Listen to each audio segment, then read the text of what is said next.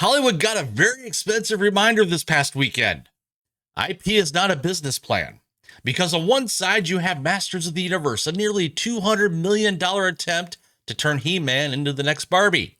And on the other side, you have The Mandalorian and Grogu, a Star Wars movie starring Baby Yoda. The closest thing Disney has had to a merchandising cheat code since Elsa discovered seasonal affective disorder. And somehow, both of them got humbled. One got beaten by Scary Movie 6. The other got passed in weekend 3 by the amazing digital circus, The Last Act. Yeah, Star Wars got outperformed at the box office by what is essentially YouTube native animation on a theatrical victory lap. So today we're not doing movie made money, movie lost money. We're asking the real question. Did Hollywood just prove that nostalgia is no longer enough to buy a ticket?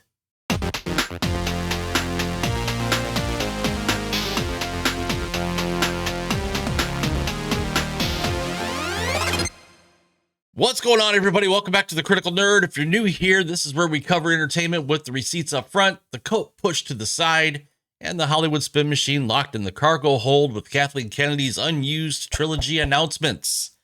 Today is the Monday box office update, and here's the thing. This weekend was actually not bad for theaters overall. That's the part that matters. Audiences showed up, people went to the movies, the overall box office was up. They just did not show up the way Hollywood expected for the giant legacy brands.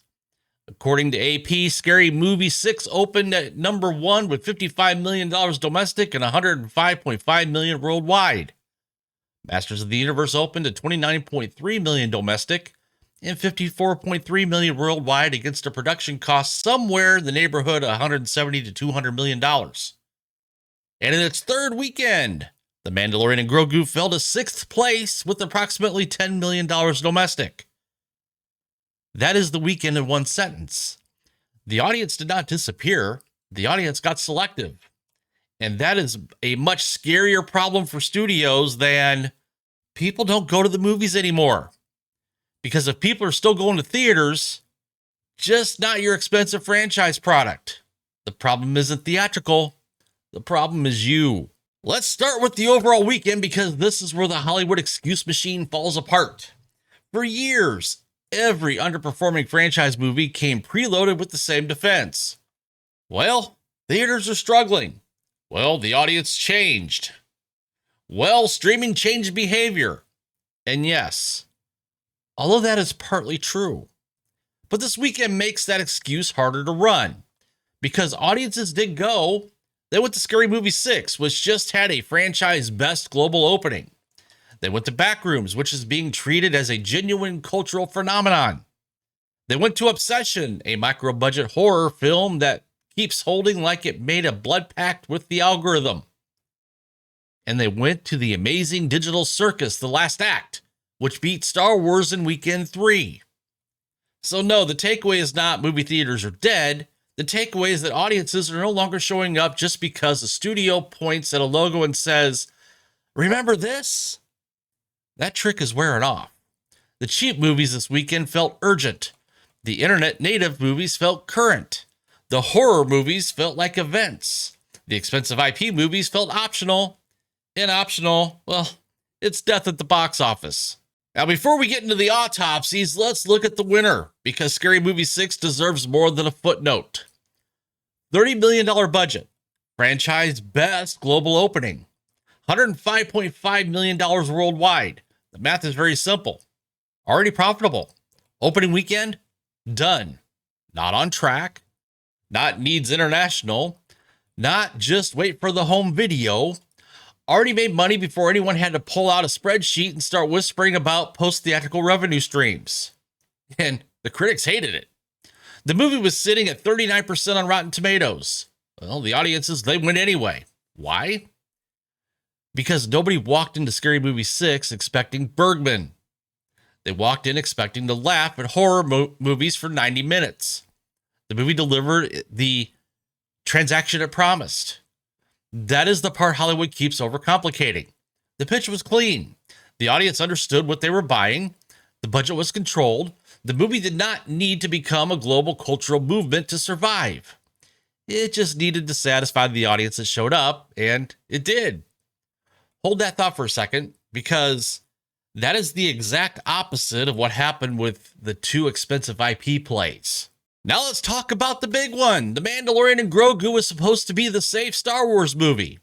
Not Rey, not the sequel trilogy, not some brand new High Republic lore packet that requires 3 novels, 2 animated shows, and a whiteboard covered in Dave Filoni's hat sizes to understand.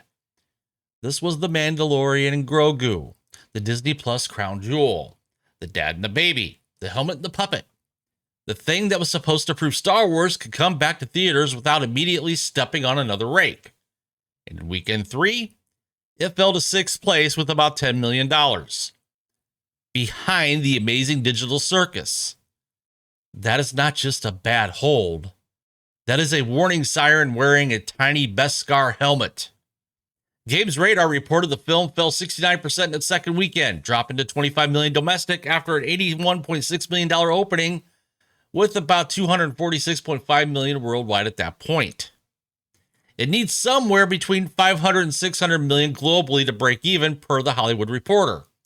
And it is currently on pace to finish below Solo, A Star Wars Story's final run of $392.9 million, which would make it the lowest grossing Star Wars Disney-era Star Wars film ever made.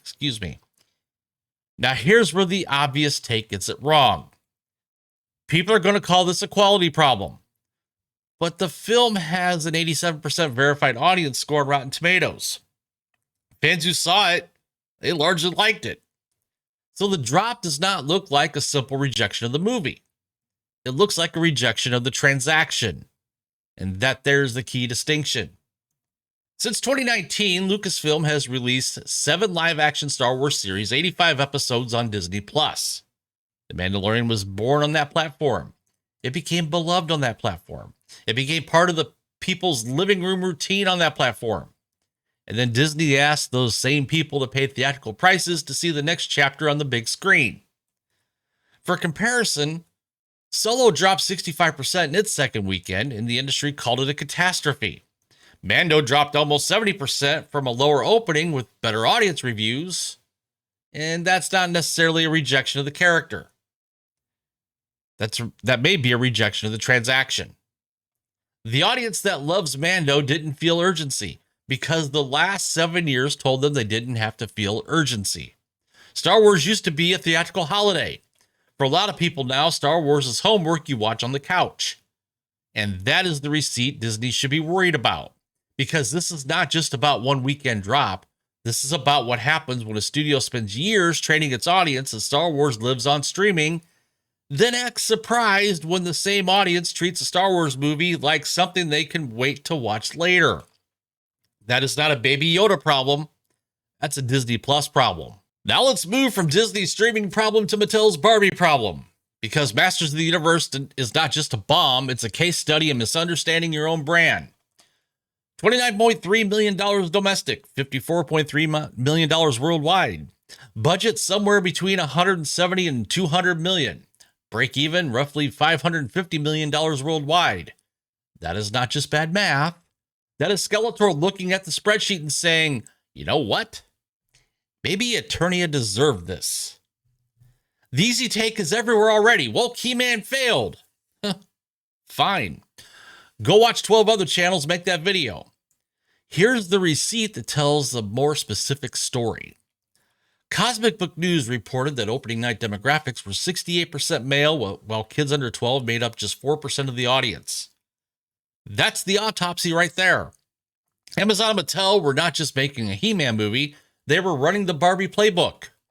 They were betting on emotional reframing, female crossover, toy aisle nostalgia, families, kids, and a much bigger audience than just the people who already know what Castle Grayskull is. Those people, well, they didn't come. The actual He-Man fan base showed up, but that audience alone cannot carry a $200 million movie. And here is where the Barbie comparison matters. Barbie worked because women already culturally owned Barbie. It was not just a toy brand. It was a generational identity object. Fashion, nostalgia, satire, gender commentary, mom-daughter energy, and enough pink to qualify as a weather event. He-Man is different. He-Man is swords, muscles, monsters, Skeletor, lightning, weird fantasy planets, and a man in furry underwear screaming about power. And I say this with complete affection. This is not Barbie. That is Conan with a toy aisle. You cannot run the Barbie playbook on He-Man because the cultural transfer does not exist. Barbie belonged to women before the movie was announced. He-Man never did. And the deeper problem, the one nobody is saying directly, is that the campaign seemed embarrassed by He-Man. Like the studio was not sure if He-Man was actually cool. And audiences could smell that. I mean, compare that to Scary Movie 6. The pitch was, it's Scary Movie. You know what this is. Clean, confident, delivered. Look at Backrooms or Obsession. Those movies knew exactly what they were and made no apologies for it. You cannot spend $200 million and then act uncertain about whether the thing you bought is cool. And if you're making He-Man, make He-Man. Make him mythic. Make him ridiculous. Make him the most earnestly insane fantasy hero on the screen. But do not try to make Barbie lightning strike twice by taping a blonde wig to a broadsword. That is not strategy. That is Mattel Cinematic Universe cope. So what connects these two stories? What is Star Wars? One is He-Man. What is Disney? One is Amazon and Mattel. What is a streaming native spinoff? One is an 80s toy revival. But the lesson is the same. Recognition is not urgency. People recognized He-Man. They did not rush out. People recognized Grogu. They did not keep showing up.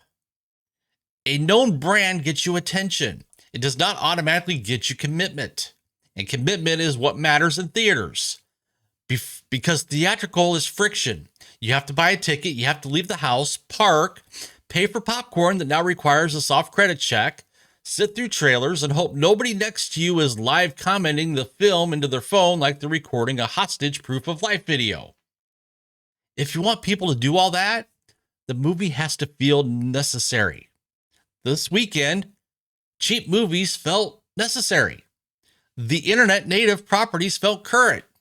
The horror movies felt like events. The expensive IP movies felt optional. And optional is death at the box office. That is the part studios do not want to hear. They keep acting like awareness is the hard part. It's not. Everybody knows Star Wars. Everybody knows He-Man. Everyone knows these logos. The hard part is making people believe the movie matters right now. Not later, not on streaming, not when it hits digital, not when it becomes background noise while they fold laundry. Right now, in a theater with money. That is urgency, and Hollywood keeps confusing it with nostalgia. So there it is. That's your Monday box office update. Scary Movie 6 proves that a confident, cheap, audience-first movie can print money on opening weekend. Masters of the Universe proves you cannot clone Barbie with the wrong property or the wrong level of conviction. The Mandalorian and Grogu proves you cannot convert streaming loyalty into theater urgency just by moving the same content to a bigger screen.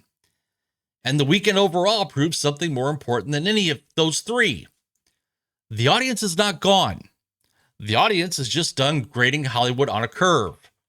They will show up for the right movie. They will show up for the right hook. They will show up when something feels like an event. But they are not showing up just because the studio dusted off a logo and said, "You remember this, right?" Yeah, we remember. It does not mean we owe you $18. Let me know what you think in the comments. Is this just a rough weekend for two overhyped IP plays? Or is this the new box office reality where nostalgia gets you attention, but urgency gets you ticket sales? Do me a favor if you would, smash the like button, subscribe, ring the notification bell, and come back for more box office breakdowns, Hollywood receipts, and entertainment analysis without the studio cope. Keep your expectations low and your receipts high. I'm the Critical Nerd, and I am out.